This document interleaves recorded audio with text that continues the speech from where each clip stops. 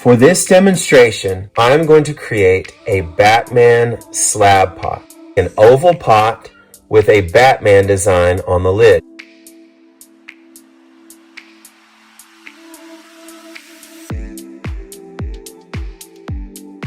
First, get enough clay that when flattened will be able to span the length and width of your base or lid.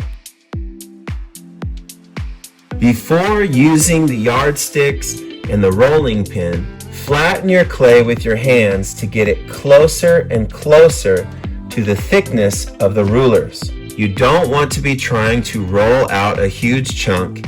It will wet your rolling pin and cause it to stick and create a mess that you don't want to have to deal with. Make sure your rolling pin is clean before you use it. Scrape it off over a recycle bin with a dry wooden rib when needed. Don't use water. Remember, a wet rolling pin will only stick to your clay. If your rolling pin is wet and sticking, take a second plastic bag, lay it over the top, and continue rolling.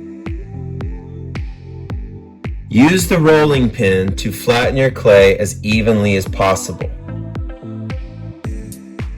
If you see any air bubbles bubble up, use a needle tool to poke the air bubbles so that the air can escape. Keep rolling out your clay until it fits the stencil. Trim off the excess paper close to the edge so you can see it. Now that our first slab is complete, lay the stencil on top of the clay, making sure that it doesn't move. Take a sharp tool or needle tool and trace over every line of the stencil. Glide your tool over the lines of the stencil at a 45-degree angle. The simple application of light pressure will be sufficient to transfer your image to the clay. You do not need to poke holes or tear through the paper. Carefully lift one side of your stencil to make sure that the image is being transferred and you're not missing any lines. Keep tracing until your image is completely transferred. When finished, cut and remove the excess clay. Cutting only part of the way through the clay, take a needle or cutting tool and trace your image, making it clear. Now that you have clearly defined your image, take the needle tool and go over it a second time, cutting all the way through the clay. I want my bat symbol to be a raised surface on the lid.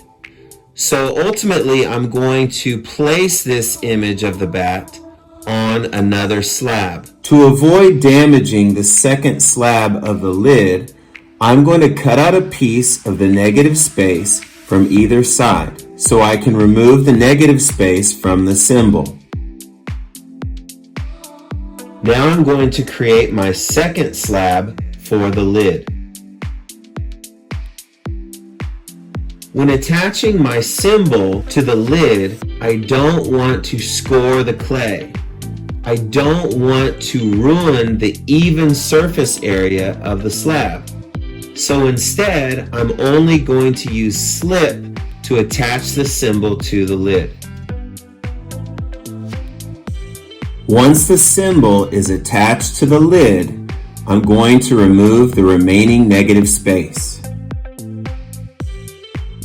Using the needle tool, carefully trace around your symbol, cutting through the clay slab underneath. Then remove the excess clay from your lid. Use a damp sponge to wipe, absorb, and remove the excess slip.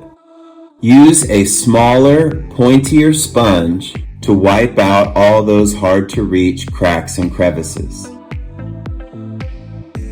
There will definitely be hairline cracks between the two clay slabs you've just joined together. Take a thin, flat wooden tool and smooth out the joints. There will also be joints inside the cymbal. If you want your image to be clean, take a thin, fine wooden tool and smooth out the joints inside the cymbal. If you accidentally rough up the lid, you can take a thin, flat wooden tool and smooth it back out.